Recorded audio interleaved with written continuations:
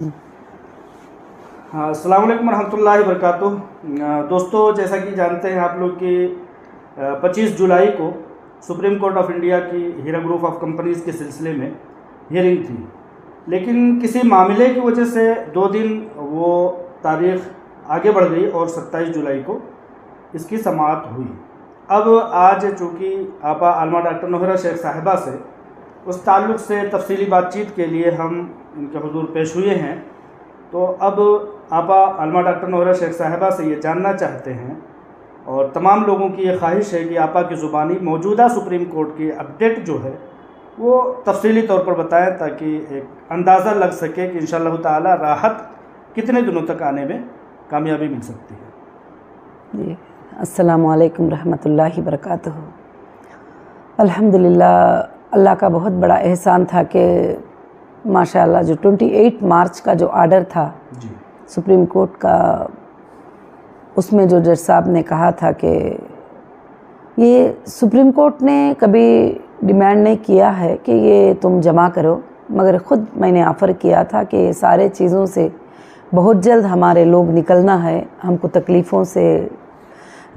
ये मिलना है, आसानी मिलना है, और हमको और हमारे मेंबर को और सारी कंपनी के लिए। तो मैंने सिक्योरिटी डिपॉज़िट का वादा किया था सुप्रीम कोर्ट में।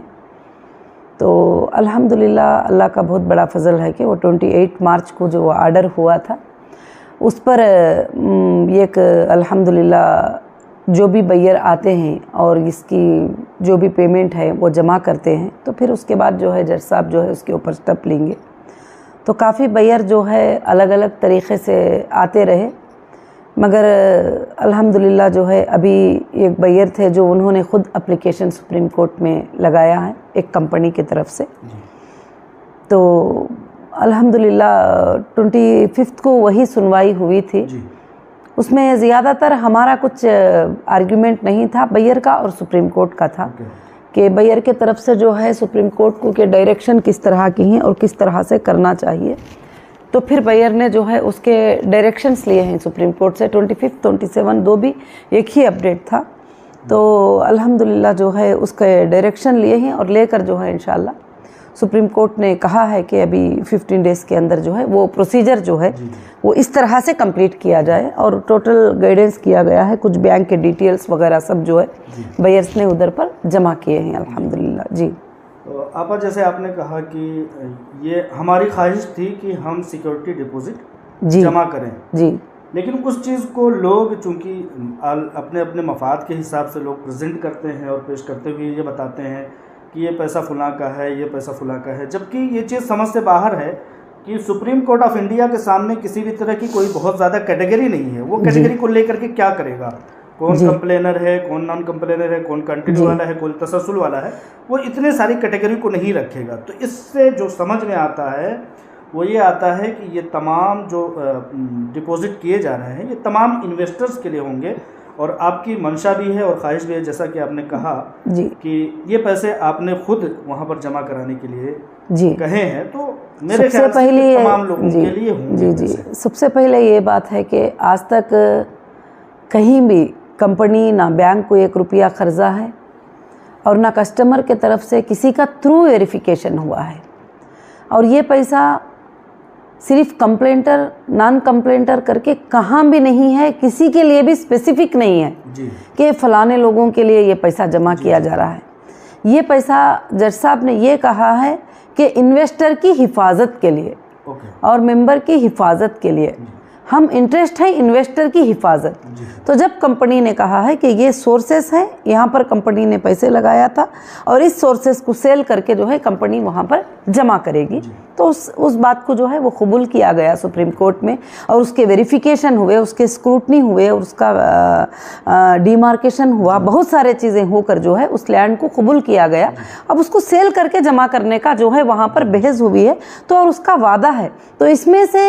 हर वो मेंबर का भी हिस्सा है, ऐसा नहीं है कि इनका ही है करके उनका ही है करके। अगर जो लोग कंप्लेंटर कहते हैं जो जमा करे हैं, उनमें से अगर 1 करोड़ के भी प्रूफ नहीं निकलेंगे तो पैसा टोटल कंपनी को आएगा वापस। अगर कोई बंदा जो है वहाँ पर आकर प्रूफ नहीं कर पाएगा कि मैं इन्वेस्टर हूँ, मैं फलाने टाइम पर बैंक में ट्रांसफ़र किया था, इतना मिला है, इतना नहीं मिला है, तो वो जितने लोग प्रूफ करा लेंगे उनको जाएगा वो पेमेंट, चाहे वो कंप्लेंटर में से हो, चाहे नॉन कंप्लेंटर में हो, चाहे SFIO में जमा थे वो, चाहे हमारे हीरा ग्रुप में जमा थे। यहाँ पर जो पैसा जमा किया जा रहा है ये सिर्फ हमारा बोनोफाइड शो करने के लिए, सुप्रीम कोर्ट को बताने के लिए कि हम लोग भागने वाले नहीं हैं, हम लोग कहीं जाने वाले नहीं हैं, हम लोग बेअमानतदार नहीं हैं, हम अमानतदार हैं, हम तुम्हारे पास रखेंगे, लो जितने लोग आना है आ जाने दो और इसमें से चेक करके तुम पेमेंट करो। और हमको कॉन्फिडेंटली मालूम है कि कितने लोगों को देना है, कितने लोगों को नहीं देना है, तो मगर इसीलिए वो सुप्रीम कोर्ट में जमा किया जा रहा है।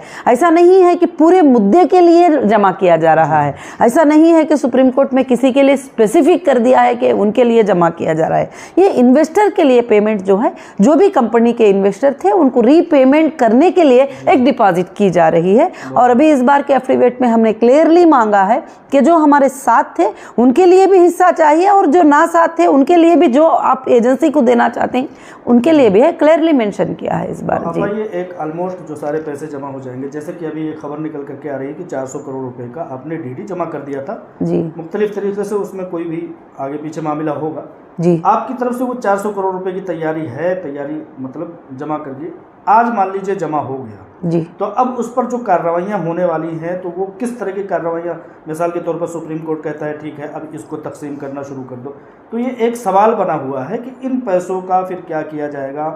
क्या मतलब आपको बोला जाएगा कि ठीक है अब इसको आप देना शुरू कर दें या एजेंसी देना शुरू करेगी, ये क्या कुछ मतलब सवाल इसमें ऐसा उठ रहा है कि इन पैसों का क्या कुछ किया जाएगा? देखिए, सुप्रीम कोर्ट कमेटी बिठाएगी और सुप्रीम कोर्ट डिसाइड करेगा कि किस तरह से दिया जाएगा और क्या करेंगे, और इंशाल्लाह जजमेंट आएगा तो जजमेंट में सब कुछ क्लियर मेंशन होगा। और आज तक जो है मेरे ख्याल से कोई ऐसी कंपनी नहीं होगी कि वापस आने के बाद जो है 9,000 से ज़्यादा लोगों को पेमेंट करके सुप्रीम कोर्ट को उसका RTGS ट्रांसफ़र के डिटेल सबमिट की हो और हज़ारों के लोगों को गोल्ड का सेटलमेंट के डिटेल्स सबमिट की हो। अब बाहर की जो बातें होते हैं उसका जवाब तो मेरे ख्याल से मुझे नहीं लगता कि मुनासिब तरीक़े से हम देना चाहिए और ज़रूरी भी नहीं है। मैं ज़रूरी नहीं समझती हूँ कि वक्त और हालात आगे की बातों का